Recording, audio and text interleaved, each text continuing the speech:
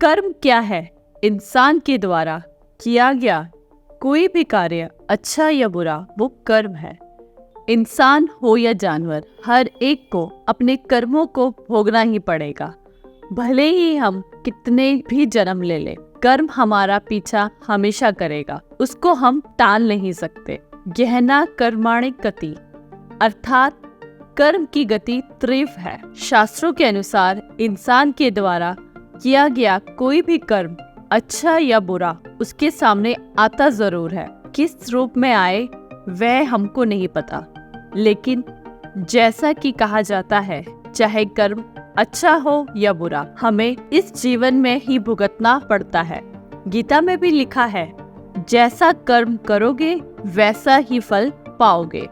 हमको भगवान को अच्छे और बुरे कर्मों का हिसाब देना ही होगा, बाकी ईश्वर पर निर्धारित है उस कर्म का हिसाब हमसे कब और कैसे ले।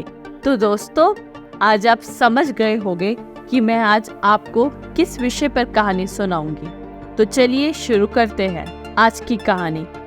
बहुत साल पहले की बात है।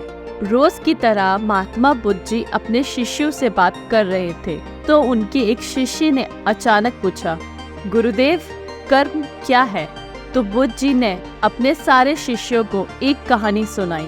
कहानी इस प्रकार है। एक शहर में एक राजा रहता था और एक रोज राजा और उसका मंत्री घोड़े पर सवार होकर अपने राज्य में घूम रहे थे।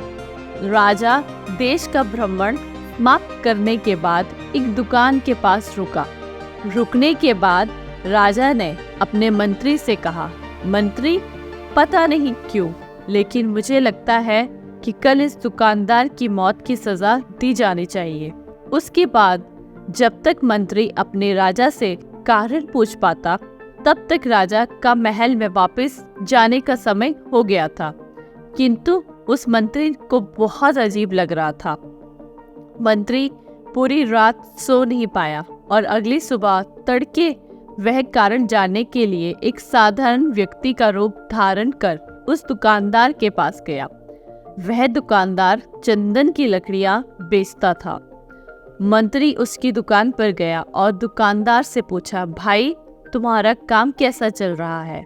दुकानदार ने बताया, भाई, काम का ना पूछो तो अच्छा है, हालत बहुत खराब है।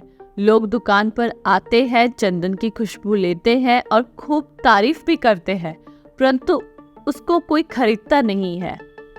फिर दुकानदार ने आगे बताया कि मैं सिर्फ इसी इंतजार में हूँ कि कब हमारे राज्य के राजा की मृत्यु हो जाए और उनके अंतिम संस्कार के लिए मेरे दुकान से बहुत सारी चंदन की लकड़ियाँ खरीद के ले जाए, और फिर शायद वहाँ से मेरे चंदन की लकड़ियाँ बेचने के व्यापार में थोड़ी बढ़ोतरी हो जाए और मेरा व्यापार भी अच्छा हो जाएगा। इसके बाद दोस्तों, मंत्री को सब समझ आ गया।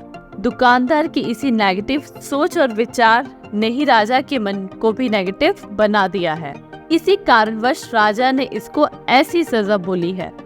मंत्री बहुत बुद्धिमान और होशियार था। उसके मन में एक विचार आया और फिर मंत्री ने दुकान के मालिक से पूछा कि क्या मैं आपकी दुकान से कुछ चंदन की लकड़ी खरीद सकता हूँ? यह सुन के दुकानदार बहुत खुश हुआ। उसने सोचा कि इतने समय बाद कोई ग्राहक तो आया, इसलिए दुकानदार ने कुछ चंदन की लकड़ी पैक करके मंत्री को दे दी। अगली सुबह मंत्री राजा के दरबार में आया और उसने राजा से कहा कि राजा, उस दुकानदार ने आपको उपहार के रूप में कुछ चंदन की लकड़ी भेजी है।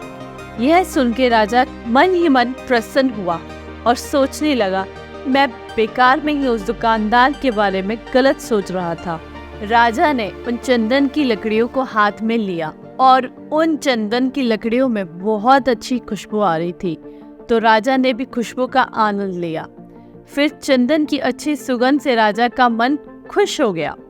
इससे राजा बहुत प्रसन्न हुआ और राजा ने अपने मंत्री के हाथों उस दुकानदार के लिए कुछ सोने के सिक्के भेज दिए।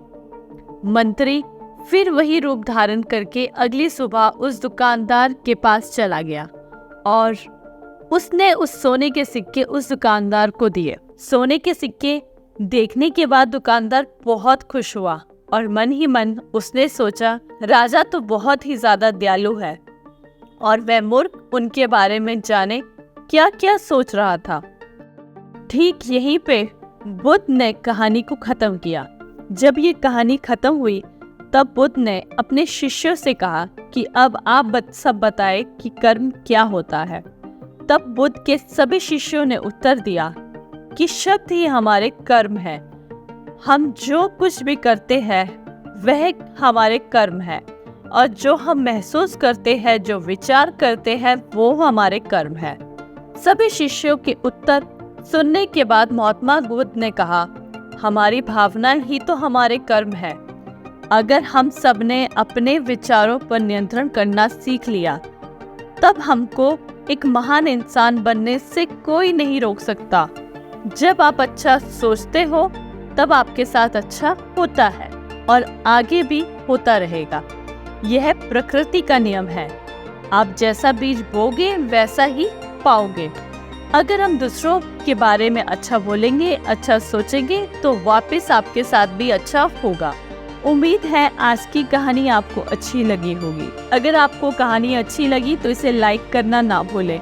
हमारे चैनल को सब्सक्राइब करिए और अपने दोस्तों के साथ शेयर करना ना भूलिएगा। धन्यवाद।